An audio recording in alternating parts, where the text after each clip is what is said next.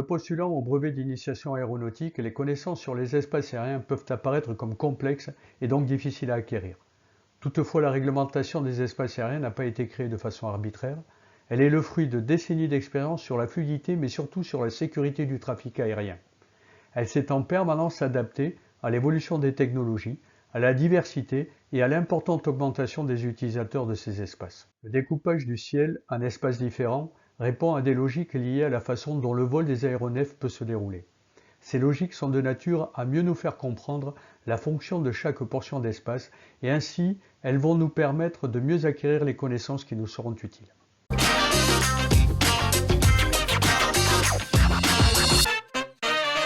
Donc avant de nous intéresser aux espaces aériens, je vous propose de revoir les différents régimes de vol pratiqués par les pilotes et ensuite nous nous attacherons à préciser quels sont les services que rendent les organismes de la circulation aérienne. Car ce sont ces deux domaines de la réglementation qui sont à l'origine du découpage du ciel en espaces aériens différents.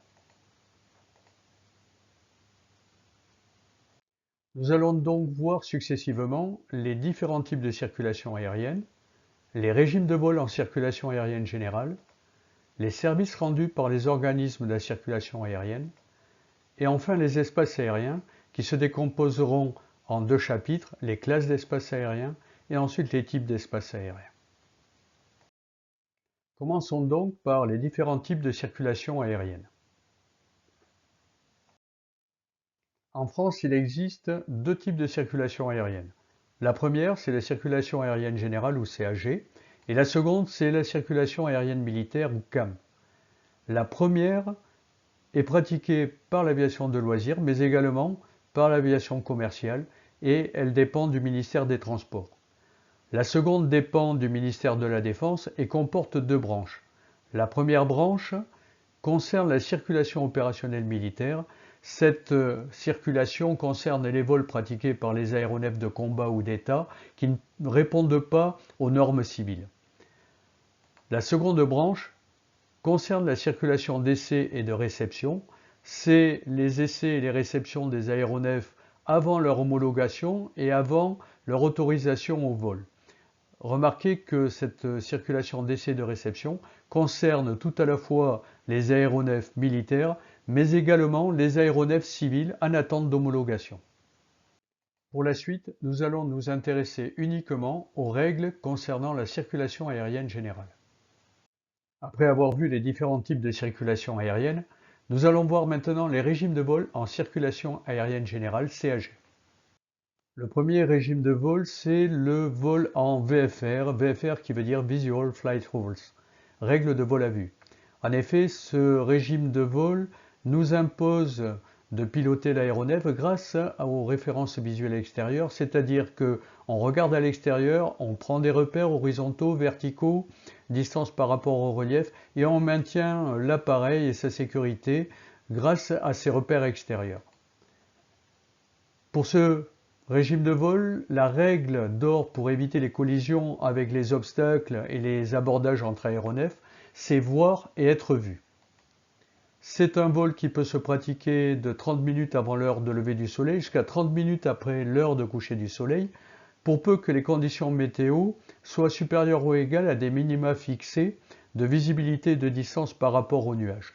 Ces minima portent le nom de minima VMC, Visual Meteorological Conditions.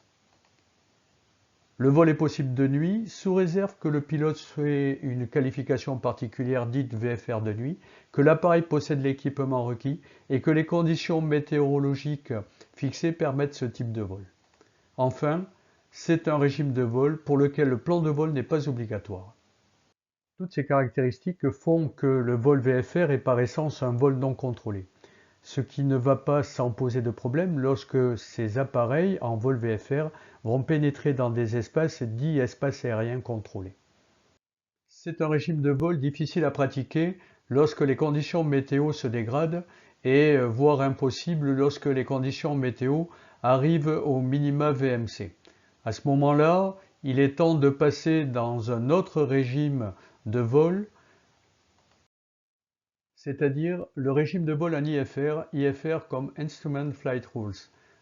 À partir de maintenant, vous allez suivre les règles de vol aux instruments, c'est-à-dire que vous allez piloter votre aéronef en interprétant les indications des instruments de vol et des instruments de radionavigation.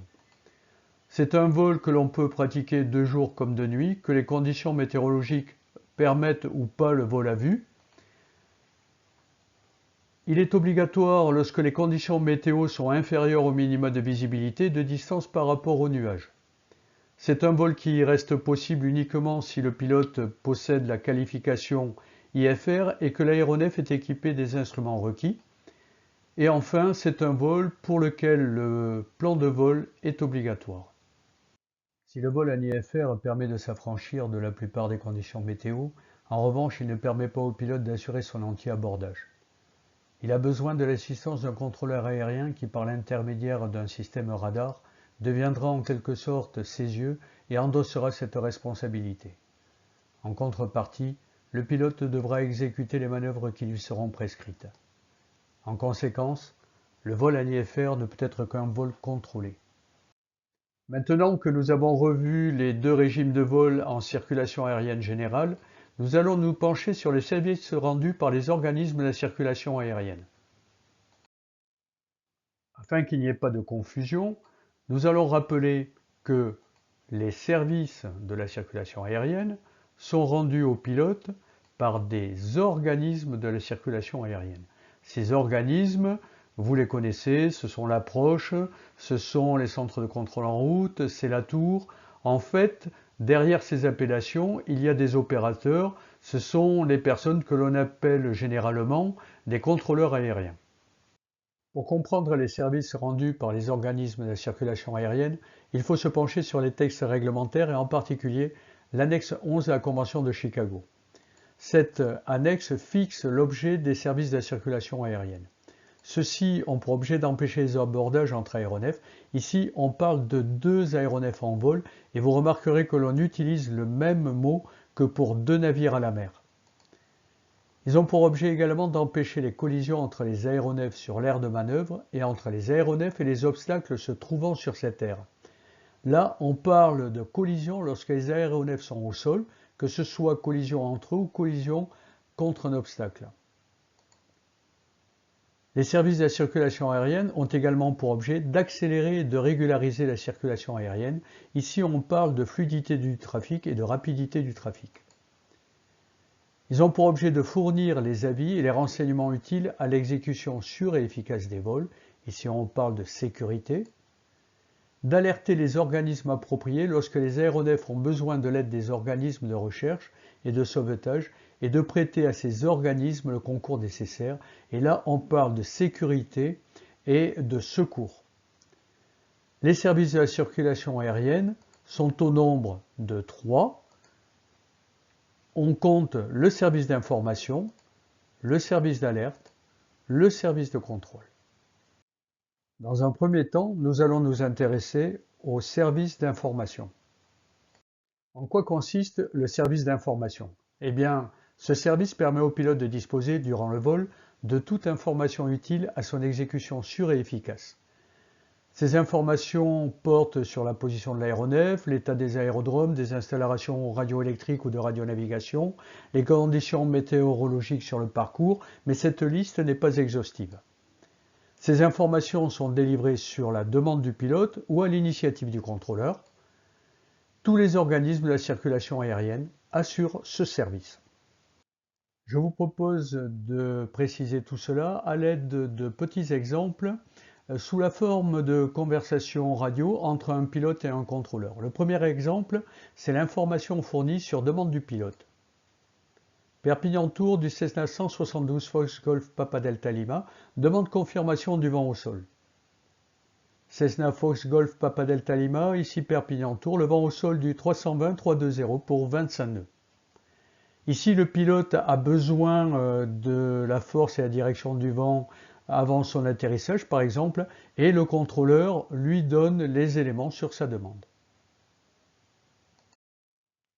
Deuxième exemple, c'est l'information fournie à l'initiative du contrôleur. Perpignan-Tours du Cessna Delta Lima passant 2000 pieds en montée pour quitter votre fréquence et contacter Montpellier approche. Cessna Delta Lima, de fortes turbulences sont signalées par des appareils évoluant sur le relief des Corbières entre 3000 et 5000 pieds. Quittez ma fréquence et contactez Montpellier Approche sur 130.850, unité 30 décimale 850. Ici, le pilote informe le contrôleur qu'il passe de 1000 pieds à monter et demande à contacter la fréquence de Montpellier Approche. Le contrôleur, avant de lui donner cette autorisation, lui signale des turbulences qui ont été signalées par d'autres appareils évoluant sur les reliefs, ainsi que la fréquence de Montpellier Approche, même si le pilote ne l'a pas demandé. Cela peut quelquefois lever les doutes et éviter les erreurs. Un exemple d'information qui s'adresse particulièrement au vol en régime VFR, c'est l'information de trafic. Cessna Delta Lima, trafic convergent à vos 9 heures, route 180 unité 80, même altitude, un TBM 700. Reçu, trafic convergent à mes 9 heures, Cessna Delta Lima. Trafic en visuel, je passe derrière. Ici, le contrôleur désigne un secteur où se trouve un danger, c'est-à-dire un appareil, un TBM 700, qui a un cap convergent vers Delta Lima. Il aide en cela la détection de cet appareil par le pilote. L'appareil, lui, regarde dans le secteur et détecte le trafic. Dès qu'il l'a en visuel, il entame une manœuvre pour l'éviter conformément aux règles de l'air. Remarquez que le pilote va rendre compte dès qu'il détecte le trafic en annonçant trafic en visuel. Mais il se peut que le pilote ait des difficultés pour repérer le trafic convergent. À ce moment-là, la procédure permet d'utiliser une autre forme d'information qui s'appelle la suggestion de manœuvre. Dans l'exemple 4, nous allons voir une suggestion de manœuvre sur demande du pilote. Rapidair 66, trafic lent, inconnu, 1 heure 8 nautiques, route nord-est, altitude inconnue. Pas de visuel sur le trafic, demandons suggestion de manœuvre Rapidair 66. Rapidair 66, je vous suggère de tourner à droite 20 degrés. Tournant à droite 20 degrés, nouveau cap 320 320 Rapidair 66. Rapidair 66, vous êtes dégagé du trafic. Ici, nous avons vu que devant la difficulté à repérer le trafic convergent, le pilote demande une suggestion de manœuvre et le contrôleur va lui suggérer de tourner à droite de 20 degrés. Le pilote reste libre d'appliquer cette altération de cap ou d'en choisir une autre. Il reste responsable de la manœuvre à effectuer. Et nous remarquerons également que le contrôleur va informer Rapidair 66 dès que la situation conflictuelle aura disparu. Devant une situation évoluant rapidement, le contrôleur pourra suggérer de sa propre initiative la manœuvre à effectuer. C'est l'exemple numéro 5. Rapidair 66, trafic 2 heures 12 nautiques convergent, Sierra Fox 34, même niveau, assurez votre séparation. Pas de visuel sur le trafic Rapidair 66. Rapidair 66, je vous suggère de monter niveau 70-70. Montons niveau 70-70 Rapidair 66. Rapidair 66, vous êtes dégagé du trafic. Ici, devant cette situation, le contrôleur a suggéré de changer de niveau à Rapidair 66. Celui-ci a adopté la suggestion proposée. Il restait seul responsable de sa manœuvre et nous vous précisons également que le contrôleur va informer Rapidair 66 lorsque la situation ne sera plus conflictuelle. Après ces quelques exemples concernant le service d'information, nous allons maintenant voir le service d'alerte. Le service d'alerte est assuré dans le but d'alerter les organismes appropriés lorsque les aéronefs ont besoin de l'aide des organismes de recherche et de sauvetage, de prêter à ces organismes le concours nécessaire, et tous les organismes de la circulation aérienne rendent ce service. Comment cela se concrétise sur le terrain? Eh bien, lorsqu'un aéronef est en détresse, ou bien lorsqu'il est considéré comme tel par un organisme de la circulation aérienne, soit parce qu'il ne répond pas aux appels radio, ou bien parce qu'il n'est pas encore arrivé à son aérodrome de destination au bout d'un certain délai. Et comme en France, il n'existe pas de moyens Search and Rescue, SAR, spécialisés dans la recherche et le sauvetage comme dans d'autres pays, eh bien, les organismes de la circulation aérienne vont alerter d'une part les moyens militaires et d'autre part les préfectures des départements où l'aéronef pourrait se trouver. Ces deux entités vont coopérer étroitement dans la recherche de l'aéronef. Des moyens aériens vont être mis en œuvre sous la responsabilité de l'armée de l'air et les moyens terrestres seront dirigés par la cellule de crise du département sous la responsabilité du préfet. Ces actions répondent à des procédures précises et en particulier celles qui concernent les délais de déclenchement de l'alerte appelées phases d'urgence qui sont formatées au nombre de 3, l'INSERFA, l'ALERFA, le DETRESFA et dont les délais diffèrent en fonction du régime de vol et de l'espace aérien dans lequel évoluait l'aéronef.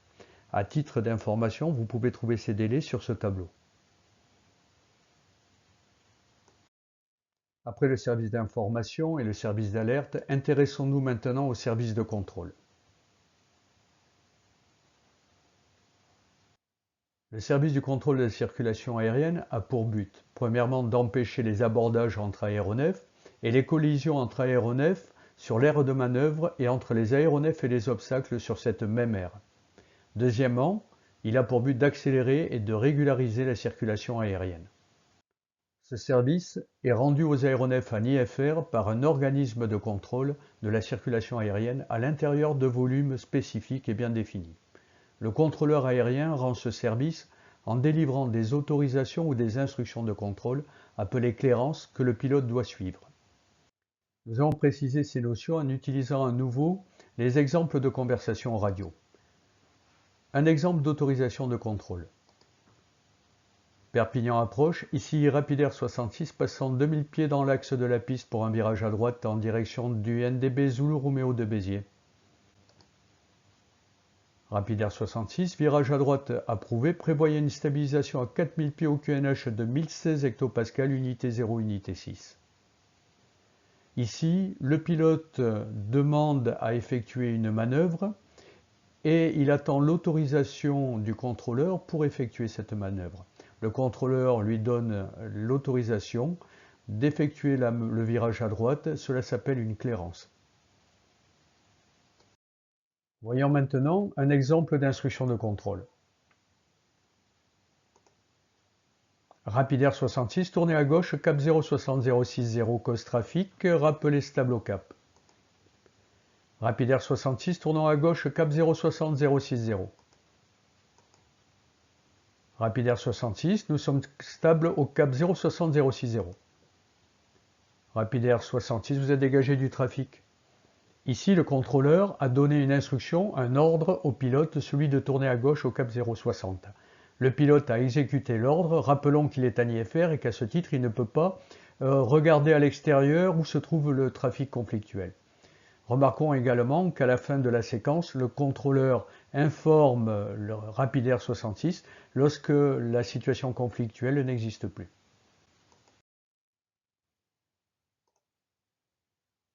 Donc, cléarance et instructions permettent au contrôleur d'assurer la séparation des aéronefs en IFR et la fluidité du trafic. Le contrôleur peut assurer la séparation en utilisant des modifications suivantes, de cap, de niveau de vol, de vitesse de l'aéronef dans certains cas, et il peut demander au pilote également de passer vertical des points spécifiques qui sont prédéfinis. Nous avons vu les différents types de circulation aérienne. Nous avons également révisé les régimes de vol en circulation aérienne générale, c'est-à-dire le vol VFR et IFR. Nous nous sommes intéressés aux services rendus par les organismes de la circulation aérienne et donc fort de toutes ces nouvelles connaissances, nous pouvons aborder celle des espaces aériens. Mais avant toute chose, qu'est-ce qu'un espace aérien national? Pour définir ce qu'est un espace aérien national, prenons comme exemple la France. Nous savons qu'un État est souverain à l'intérieur de ses frontières terrestres. À ces limites terrestres, le droit international ajoute une bande de 12 milles nautiques de mer aux États présentant des façades maritimes. C'est le cas de la France qui possède en outre des départements et territoires d'outre-mer, mais dans ce cours, nous nous limiterons aux frontières métropolitaines du pays. Elle est donc souveraine à l'intérieur de ses limites terrestres et maritimes.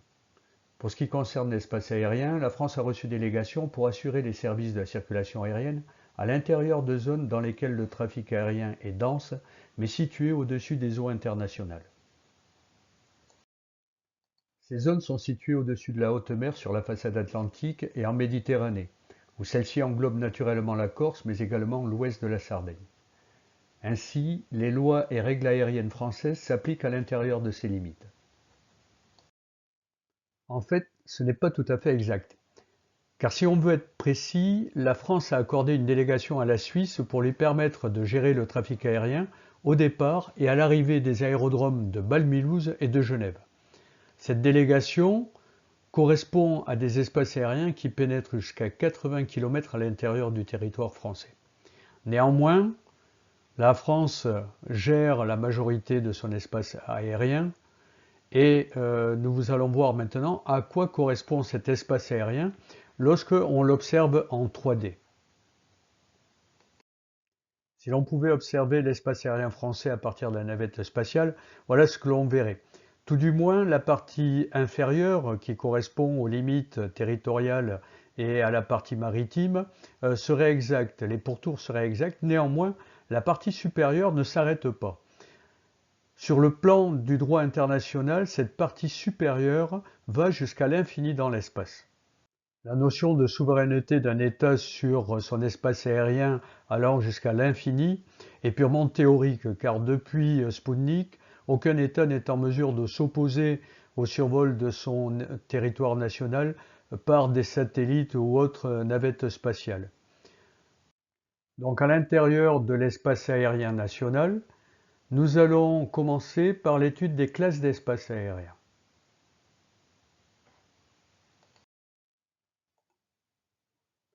Les classes d'espace s'appliquent à l'intérieur de volumes délimités de l'espace aérien. L'Organisation de l'aviation civile internationale, OACI, a défini 7 classes d'espace. Ces classes d'espace sont désignées par des lettres allant de A à G, mais les classes d'espace B et F ne sont pas présentes dans l'espace aérien français. Eh bien, quelle est l'utilité de cette notion de classe d'espace aérien? Eh bien, la classe d'espace aérien fixe les régimes de vol qui peuvent évoluer à l'intérieur de l'espace considéré. Elle fixe également le type de service de la circulation aérienne qui seront rendus en fonction du régime de vol pratiqué par les aéronefs, à l'intérieur de ces espaces toujours, et les obligations que doivent respecter les aéronefs pour évoluer à l'intérieur de ceux-ci. Nous allons commencer logiquement par la classe d'espace A. À l'intérieur des espaces de classe A, le contrôleur va assurer le contrôle, l'information et l'alerte des aéronefs qui seront en IFR. La séparation de ces aéronefs sera de la responsabilité du contrôleur.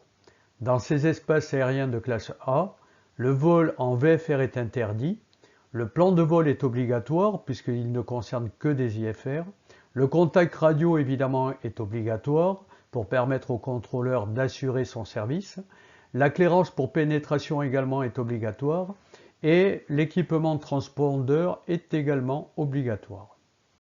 La classe d'espace B étant inexistante en France, nous allons passer directement à l'espace de classe C.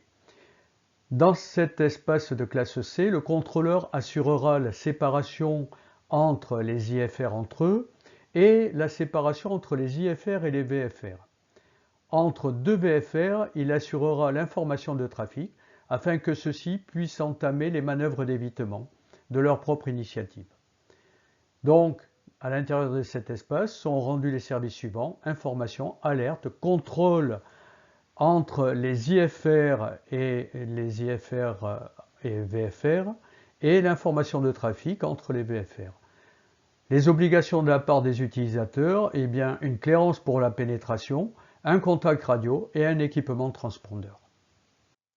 La classe d'espace D, quant à elle, verra le contrôleur assurer la séparation entre les IFR. En revanche, entre IFR et VFR, il fournira une information de trafic au VFR et entre les VFR, il fournira également une information de trafic. Les services rendus à l'intérieur de cette classe d'espace D sont l'information, l'alerte, le contrôle uniquement pour les IFR et l'information de trafic pour les VFR. Les obligations des utilisateurs, un contact radio, une clairance pour la pénétration dans cet espace, un équipement transpondeur et pour les VFR une limitation à une vitesse de 250 nœuds en dessous du FL100. En l'absence de classe F, nous passons directement à l'espace aérien de classe E. À l'intérieur de cet espace, le contrôleur assurera le contrôle des IFR en assurant la séparation entre eux et il fournira une information de trafic si cela est possible et s'il a connaissance de la présence des aéronefs. À l'intérieur de cet espace, les services rendus sont, comme tout autre espace, l'information et l'alerte. Le contrôle, lui, n'assurera que la séparation entre IFR et il assurera une information de trafic si cela lui est possible. La responsabilité de l'anti-abordage et de l'anti-collision incombant exclusivement aux pilotes en VFR. Les obligations pour ceux qui sont à l'intérieur ou qui veulent pénétrer à l'intérieur de ces espaces. Pour les VFR, il y a une limitation de vitesse à 250 nœuds en dessous du FL100. Mais ni le contact radio, ni la présence d'un transpondeur à bord pour les VFR n'est exigée. Dernière classe d'espace, la classe G. À l'intérieur de l'espace de classe G, seuls les services d'information et d'alerte sont assurés. Il n'y aura pas de service de contrôle, donc pas d'espacement entre aéronefs assuré par un contrôleur. Chaque pilote est responsable de son anti-abordage vis-à-vis des autres aéronefs en respectant les règles de priorité. Le principe pour évoluer dans un espace de classe G, c'est voir et être vu.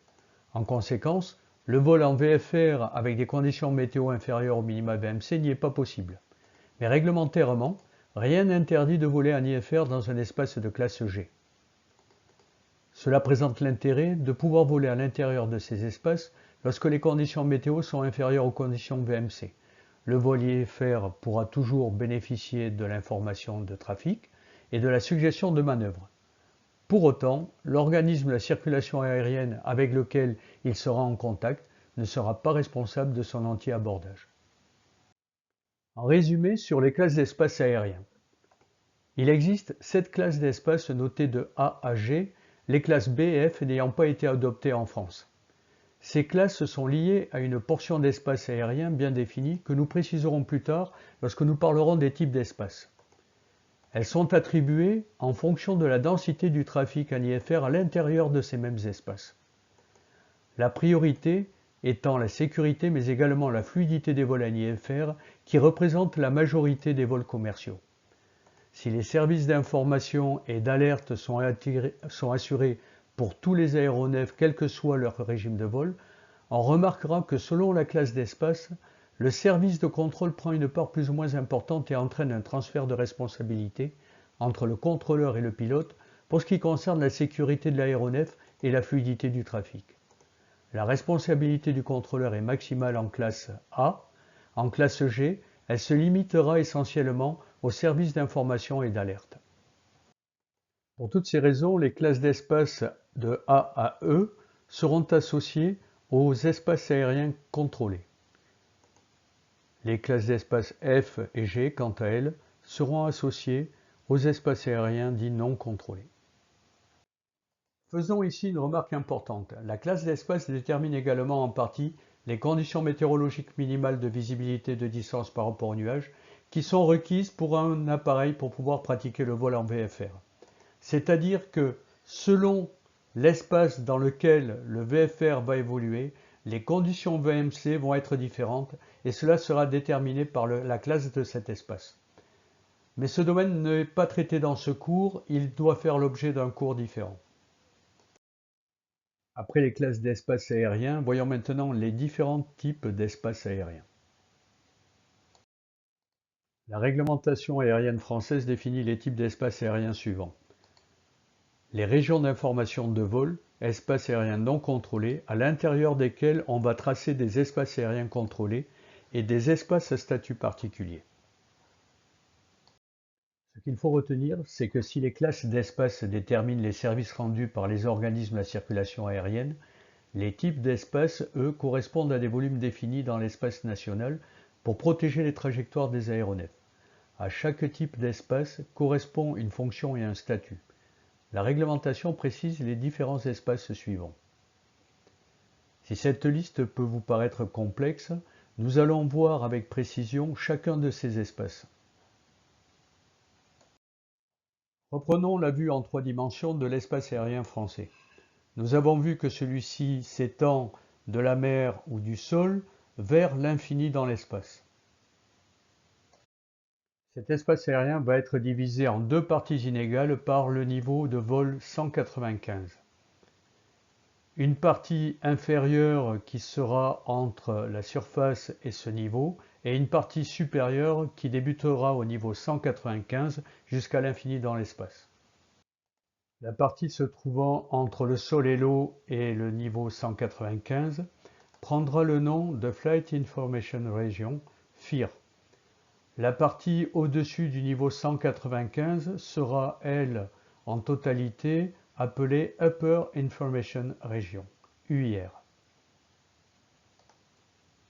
UIR et FIR sont des régions de l'espace aérien dans la totalité desquelles le service d'information SIV est rendu à tous les aéronefs par les organismes de la circulation aérienne. Ce sont donc tous les deux des espaces de classe G. Observons de plus près la région d'information inférieure. Cette région est divisée en 5 FIR portant le nom de la ville principale de la région. Ces 5 régions d'information sont gérées par 5 centres d'information de vol, CIV, qui assurent le service d'information et d'alerte au profit de tous les aéronefs volant dans ces espaces. Ces FIR peuvent être à nouveau divisés en secteurs d'information de vol, SIV, qui sont gérés par des organismes de la circulation aérienne dépendant des aérodromes principaux de la région. Vous voyez apparaître sur la diapositive la documentation officielle qui définit ces espaces de secteurs d'information de vol ainsi que les fréquences à contacter et l'indicatif de l'organisme. La région d'information située au-dessus du FL 195 est unique et couvre la totalité de l'espace national. Rappelons que ces 2 régions d'information, l'une supérieure, l'autre inférieure, sont 2 espaces de classe G.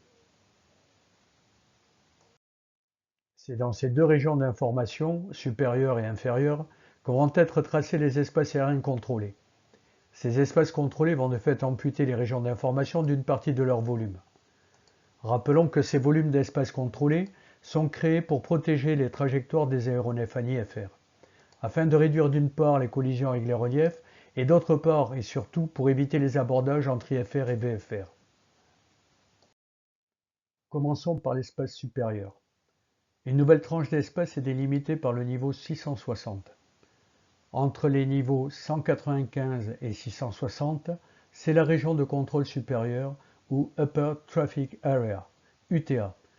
Cette tranche d'espace supérieure était à l'origine classée A, c'est-à-dire interdite au vol VFR, mais depuis 2010, elle a été déclassée C, ce qui est tout de même la classe d'espace la plus contraignante pour les vols en VFR. C'est une région de contrôle également. Notons que le niveau 660 correspondait au plafond pratique du Concorde, le seul avion commercial supersonique. En région d'information inférieure, une autre tranche d'espace est délimitée, cette fois entre le niveau 195 et entre la plus haute des 2 altitudes, soit le FL 115, soit 3000 pieds above surface. C'est la région inférieure de contrôle ou Lower Traffic Area, LTA. Cette zone de contrôle est classée D, sauf au-dessus des zones montagneuses, Alpes, Pyrénées, et au-dessus de la haute mer, au-delà des 12 000 nautiques, où elle est classée E. Remarquons que le niveau 115 est proche du niveau 120 à partir duquel les vols sans dispositif d'oxygène sont interdits. Après avoir vu les différentes tranches qui divisent l'espace aérien, passons maintenant à leur organisation interne. Pour cela, observons une portion de ces espaces et prenons par exemple l'espace supérieur au-dessus d'une partie de l'Occitanie et en particulier l'aérodrome de Perpignan-Rivesaltes. Au-dessus de cet aérodrome, nous retrouvons l'UTA et la partie supérieure de la LTA. Parmi les moyens de radionavigation qui existent au sol, 3 VOR seront pris pour consolider cet exemple. Ce sont les VOR de Perpignan, de Toulouse et de Gaillac. Afin de donner une idée plus précise de la zone considérée, voici les distances entre ces différentes balises.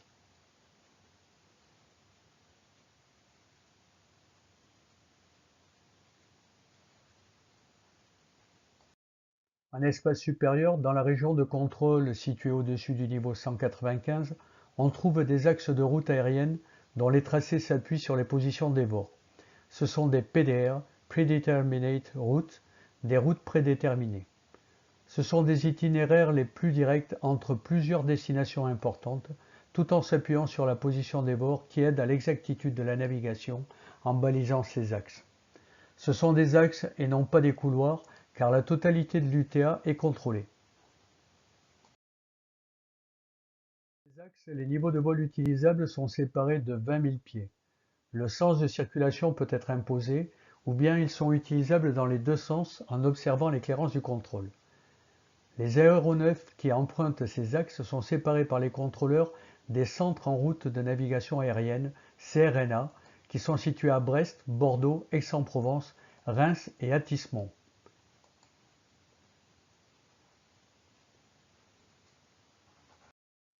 Afin de faciliter la gestion de ce trafic par les contrôleurs aériens au-dessus du territoire national, l'UTA a été divisée en secteurs, dont vous voyez la carte sur la diapositive. Chaque secteur correspond à une cabine de contrôle. Intéressons-nous maintenant à la partie inférieure de cette zone. Sous le niveau 195, le tracé des routes aériennes est remplacé par un couloir d'au moins 10 nautiques de large. Mais cette largeur peut être augmentée si les distances entre les balises est très importante. On prend ainsi en compte les problèmes de précision dus à leurs signaux radioélectriques. Ces couloirs ont pour vocation de protéger d'une part les trajectoires de vol des reliefs et de l'environnement à survoler, et d'autre part de protéger les aéronefs en IFR des vols VFR qui évolueraient à proximité. La limite inférieure de ces couloirs est variable et fonction de l'environnement à survoler. Leur plancher est généralement bien inférieur au FL 115 jusqu'au FL 45 en France.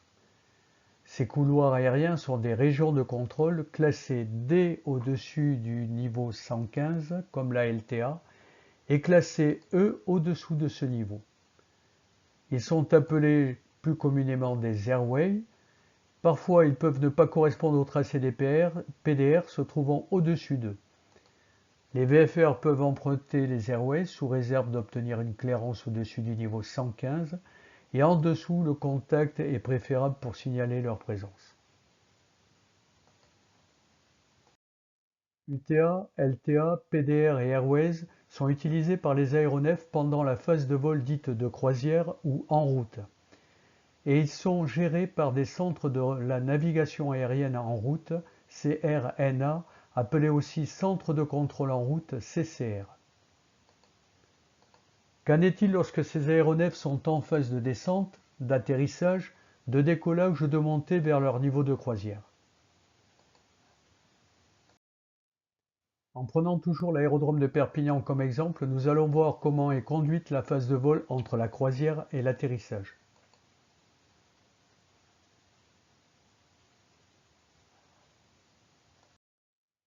En quittant un espace aérien contrôlé pour descendre sur un aérodrome, c'est-à-dire une zone où la densité du trafic est élevée, le pilote devra faire face à deux problématiques. La première étant de suivre un ensemble de trajectoires qui l'amènent rapidement sur la piste sans risque de collision avec le sol. La seconde étant d'être prémuni contre tout risque d'abordage avec les autres aéronefs, qu'ils soient en vol IFR ou VFR. La plupart du temps, tout ceci sans bénéficier d'une vue sur son environnement extérieur.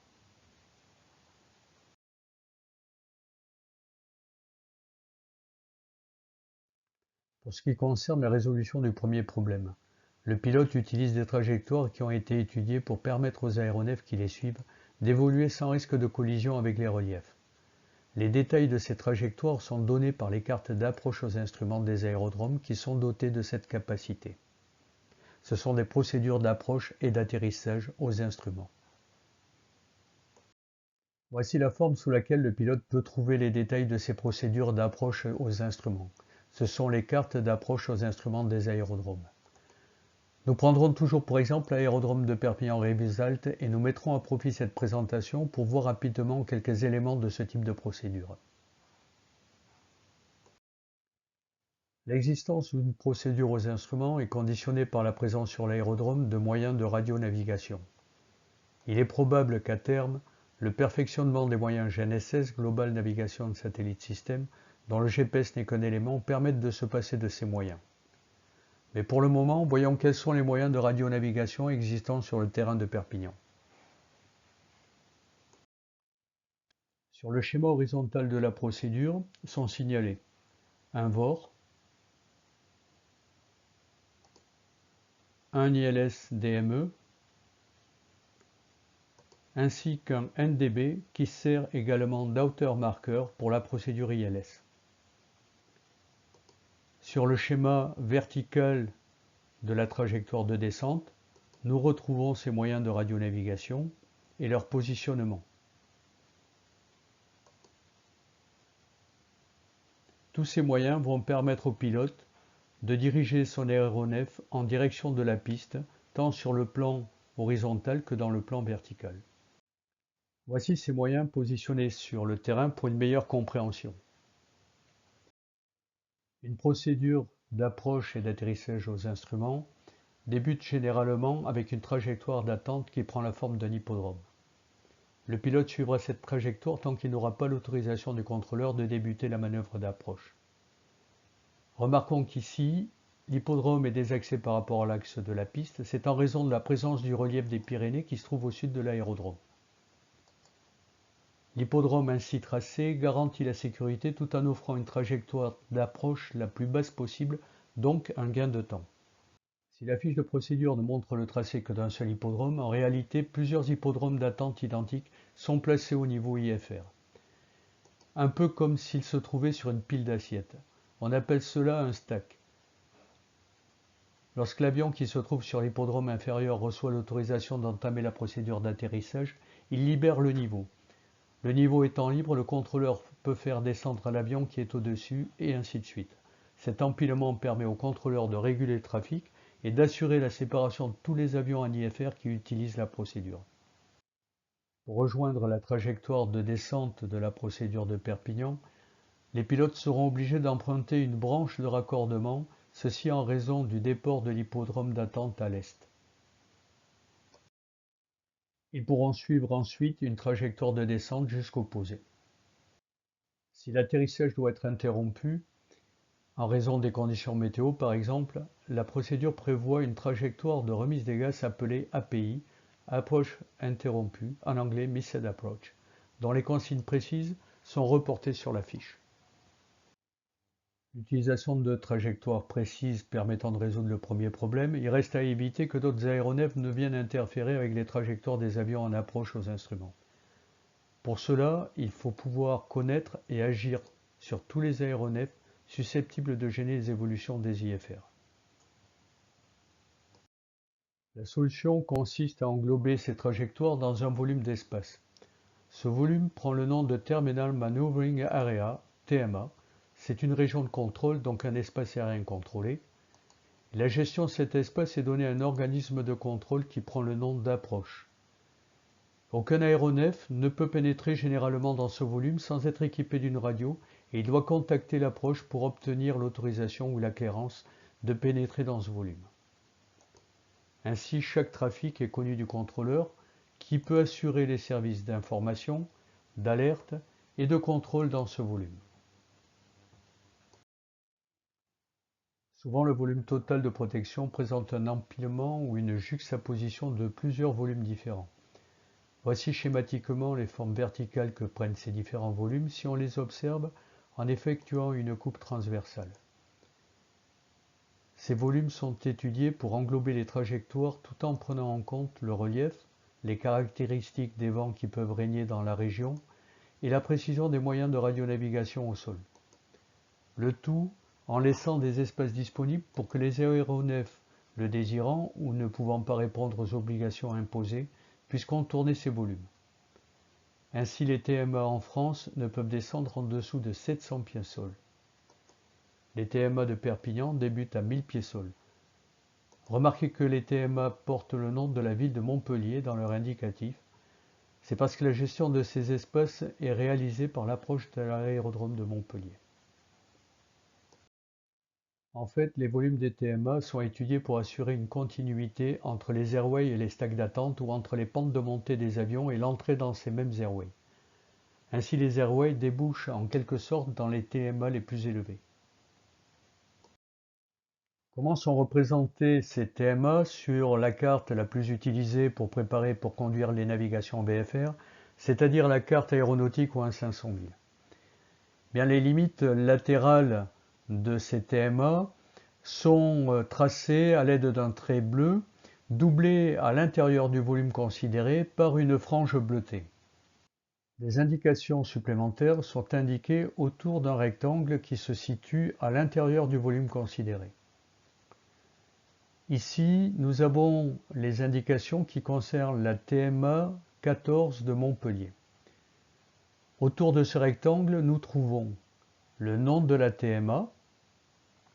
À l'intérieur du rectangle, nous trouvons ses limites verticales. Le plancher de cette TMA 14 est à 1000 pieds sol, above surface, ou 1500 pieds au QNH. Au-dessus du petit trait se trouve normalement l'indication du plafond de cette TMA. Ici, l'indication est remplacée par un plus. Cela veut dire que ce plafond est situé bien au-delà des limites des indications données par la carte au 500 000 qui, je vous rappelle, est de 5000 pieds.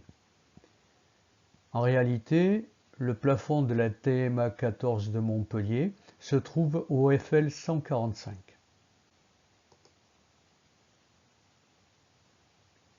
En bas du rectangle se trouve la fréquence à contacter, 136.625 MHz. Enfin, sur le côté gauche du rectangle, se trouve la classe d'espace de la TMA Montpellier 14. Cette TMA est classée D.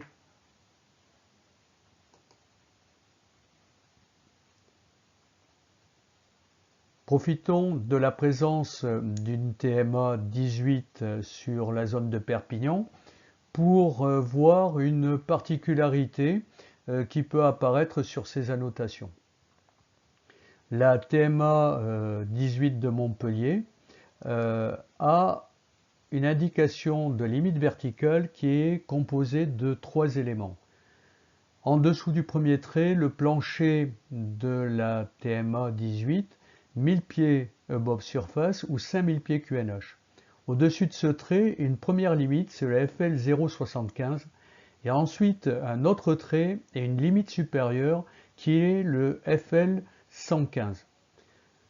En réalité, la TMA débute à 1000 pieds sol ou 5000 pieds QNH et se termine au FL 115.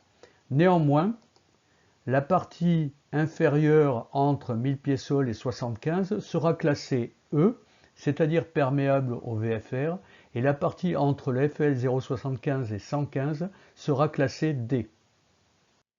Nous avons vu que le plancher d'une TMA ne peut atteindre le sol.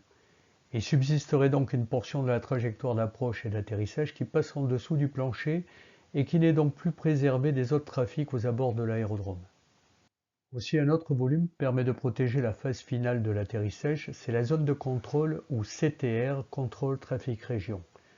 C'est un volume qui s'élève du sol jusqu'au plancher de la TMA et dont les limites latérales englobent la trajectoire d'atterrissage. C'est un espace aérien contrôlé par un organisme qui s'appelle la tour. L'opérateur de cet organisme est un contrôleur aérien qui se situe généralement dans la partie vitrée du sommet de la tour de contrôle. Sur cette vue aérienne de la région de Perpignan ont été reportées la position de la piste 33 et les limites latérales de la CTR. On conçoit aisément que cette CTR est de nature à englober la phase finale d'atterrissage de la procédure aux instruments, mais également la partie approche interrompue qui s'effectue dans le nord et le nord-est des installations de Perpignan. Ici, une vue de la CTR avec autour et au-dessus l'emplacement de la TMA principale de Perpignan. Comme pour les TMA, voyons comment sont indiqués les CTR sur la carte OIN 500 000. Les CTR sont indiqués par un trait discontinu bleu et doublé d'une frange bleutée à l'intérieur de la CTR. Les indications complémentaires sont également indiquées à l'intérieur d'un rectangle. Ce rectangle comporte le nom de la CTR, les limites verticales de la CTR. Ici, il n'y a pas d'indication en dessous du petit trait puisque c'est le sol. Et au-dessus, il y a le plafond de la CTR, c'est-à-dire 1000 pieds above surface ou 2000 pieds au QNH, ce qui correspond au plancher de la TMA qui se trouve au-dessus. Ici, c'est la fréquence à contacter, la fréquence de la tour. La petite étoile spécifie que les services de la circulation aérienne ne sont pas assurés H24 sur cet aérodrome. Enfin, sur la partie gauche du rectangle, comme pour la TMA, se trouve la classification de cet espace. Cet espace est classé D. En résumé, les types d'espaces aériens se décomposent comme suit. Tout d'abord, les régions d'information de vol, qui comprennent les régions inférieures d'information de vol, les 5 FIR classés G, la région supérieure d'information de vol ou UIR classée G. Viennent ensuite les régions de contrôle, appelées aussi contrôle trafic area, CTA. La région supérieure de contrôle UTA qui est classée C est parmi les régions de contrôle. La région inférieure de contrôle LTA également, elle est classée D ou E. Viennent ensuite les routes aériennes, Airways, classées D ou E. Et les régions terminales de contrôle, TMA, classées D, plus rarement E. On termine par les zones de contrôle, CTR, classées D. Les régions d'information de vol sont des espaces aériens non contrôlés. Les régions de contrôle sont des espaces aériens contrôlés. Bien, merci Jean-Marc pour cette présentation extrêmement instructive sur l'ensemble de cette problématique. Ici, un petit résumé graphique sur les types d'espaces qui vous permettra de voir schématiquement la disposition de ces différents types d'espaces donc à partir du sol. Nous allons maintenant aborder une classification sous forme de tableau issu du guide VFR dans laquelle vous allez trouver donc une liste des classes d'espace utilisées, sachant qu'en France les classes B et F ne sont pas utilisées. Alors quelles sont les informations que nous donne ce tableau? Eh bien, il nous donne les services qui sont fournis par les organismes de la circulation aérienne, suivant la classe d'espace dans laquelle on vole. Concernant le contrôle et l'information. Alors plus vous allez vous éloigner de la zone de la classe A qui est interdite au VFR, plus vous vous éloignez donc vers la lettre G et moins les services de contrôle sont importants pour le pilote, hein, je pense que vous pouvez le retenir, sachant que dans la classe d'espace G, l'espace en question n'est pas contrôlé pour le VFR. Alors, en complément à cette présentation, il est important de présenter ce dispositif qui est indispensable au contrôle aérien, qui est le transpondeur, hein. En effet, en contrôle, il est absolument nécessaire que les organismes de contrôle puissent situer un aéronef dans l'espace, hein, notamment pour assurer cette réglementation. Alors, le transpondeur, vous en avez une petite image en haut, hein, c'est un dispositif embarqué donc, dans l'aéronef qui permet donc au radar secondaire des stations de contrôle de déterminer la position de l'avion dans l'espace. Hein, voilà. Il permet aussi, évidemment, moyennant le contrôle, de donner une information de position aux autres avions hein, qui se trouvent dans l'espace à proximité.